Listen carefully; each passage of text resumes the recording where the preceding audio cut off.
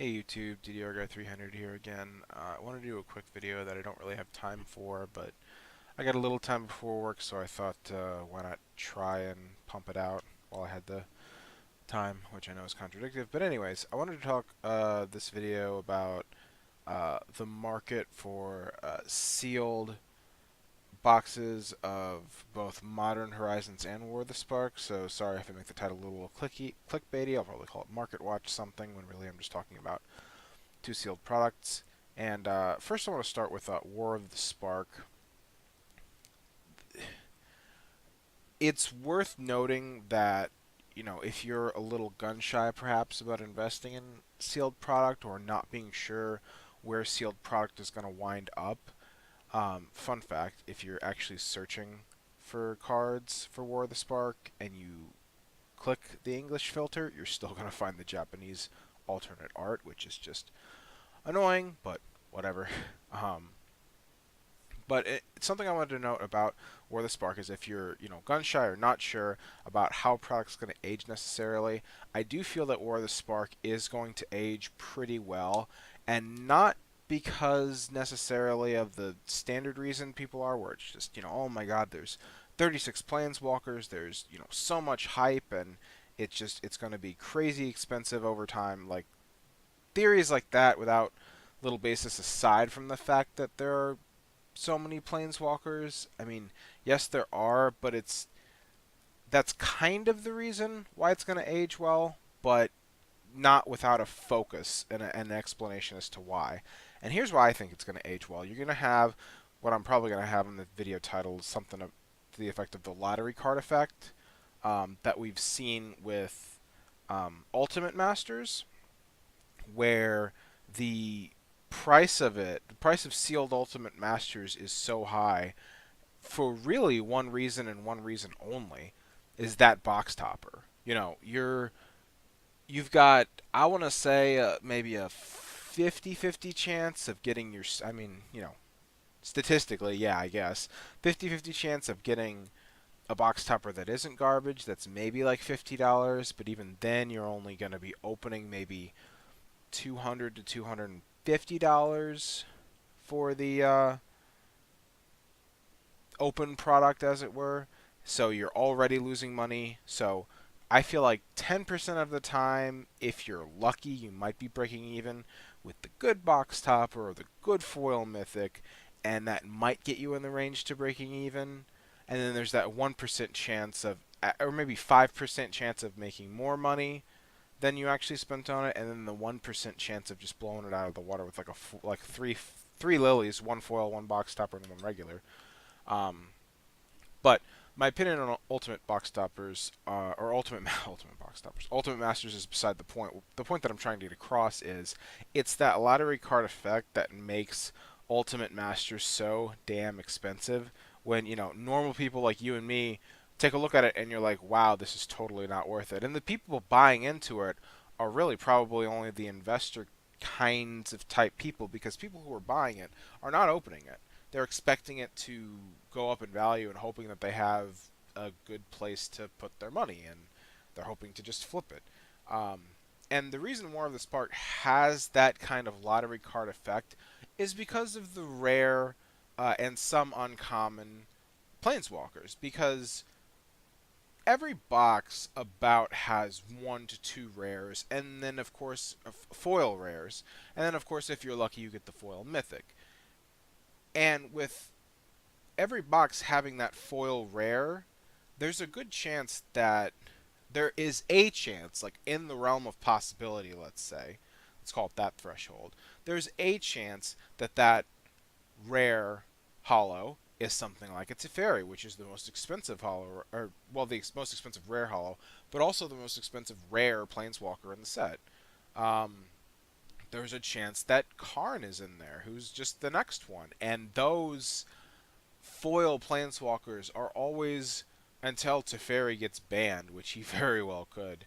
Um, those are, which I guess in hindsight is kind of a, maybe that's why people should wait. But then it's just one card. You've got the 35 other planeswalkers, so I don't know, just something to keep in mind. Teferi could get banned.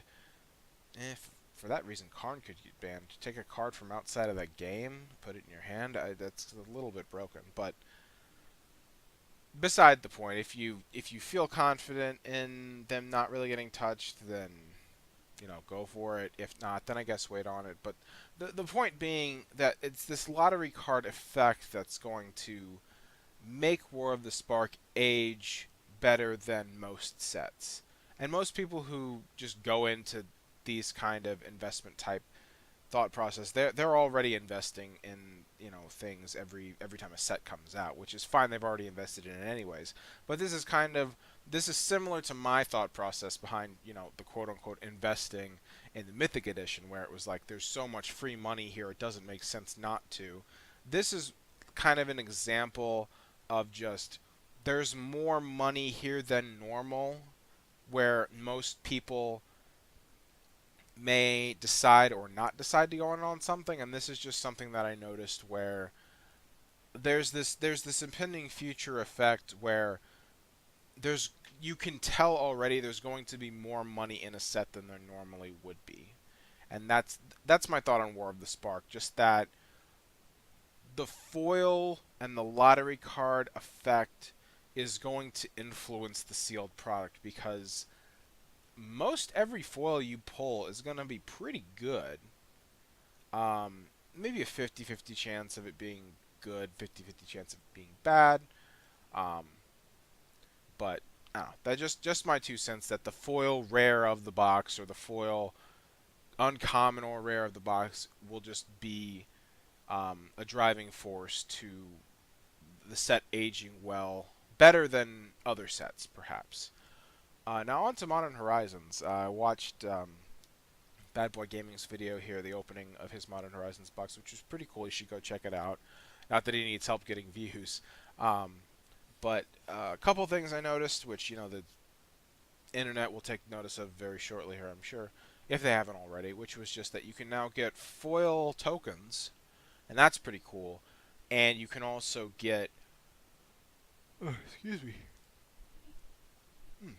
You can also get these full art versions of, I guess, cards in the set. There was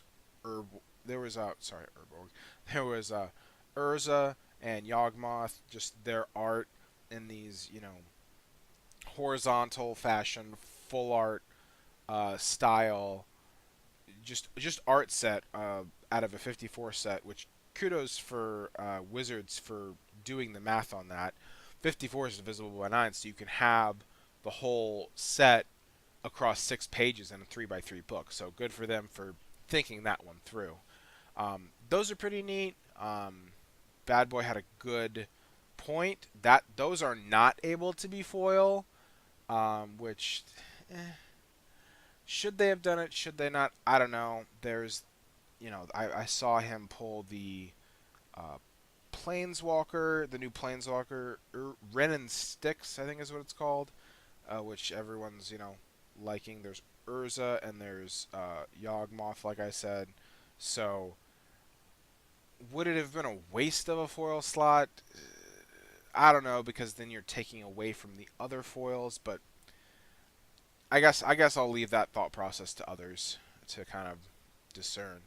But here's why I included this in this video about the lottery card effect, because what he wound up pulling was one of the Horizon Canopy lands in foil, and I think that's what's going to, I don't want to say push the, actually I think the foil tokens are actually pretty cool, and that might sort of push the set over the top. But anyway, what's going to happen over time, because it's print to demand. So maybe in 3 months' time you might want to take a look at perhaps picking these up, or closer to whenever the allocation period's kind of over, for whenever they decide to stop printing it, which, it's going to take a while. But the idea is, if you get in on it at a low enough cost basis, say in 3 or 6 months or so, it's something that will grow very well, because you're going to have that lottery card effect. I don't think it will be as immediate as Ultimate Masters, because your pull of a Liliana or a Karn was one in every 30 plus boxes, statistically speaking. Um, but I feel like this set would potentially age pretty well because you have that chance also of pulling that foil horizon canopy of whatever guild that is.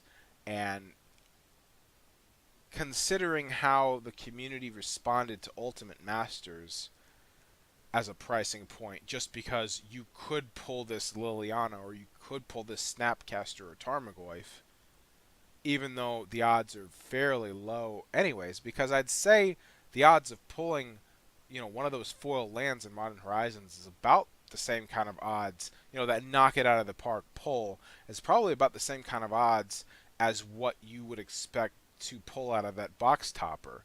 If you have that handful of, 5 or 6 cards that are worth, around 200 or more, you'll probably, that's maybe a 1 in 5, 1 in 6, 1 in 7, somewhere in there, chance of you actually pulling that one out of a box of Ultimate Masters. It's the same kind of idea here. I'd say that's about the same rate that you'd probably wind up pulling one of those Horizon Canopy Guild lands, because every box has got that um, foil rare. It's very rare that you see a box that doesn't have a foil rare, and the chance that it's one of those 5 lands that are in the set amongst the pool of other rares, it's about the same ratio of you could pull that. So while I don't feel it's going to hit Ultimate Masters pricing, obviously, because there's not the box topper in it, you're going to have that effect on the sealed product, the pricing effect on that sealed product of you could pull X card, and it's not outside of the realm of impossible. So that's just my 2 cents on potential investing of future products. I don't really make investment videos, but it was something I noticed as a very real possibility. Um, and yeah, that's just my 2 cents on it, really.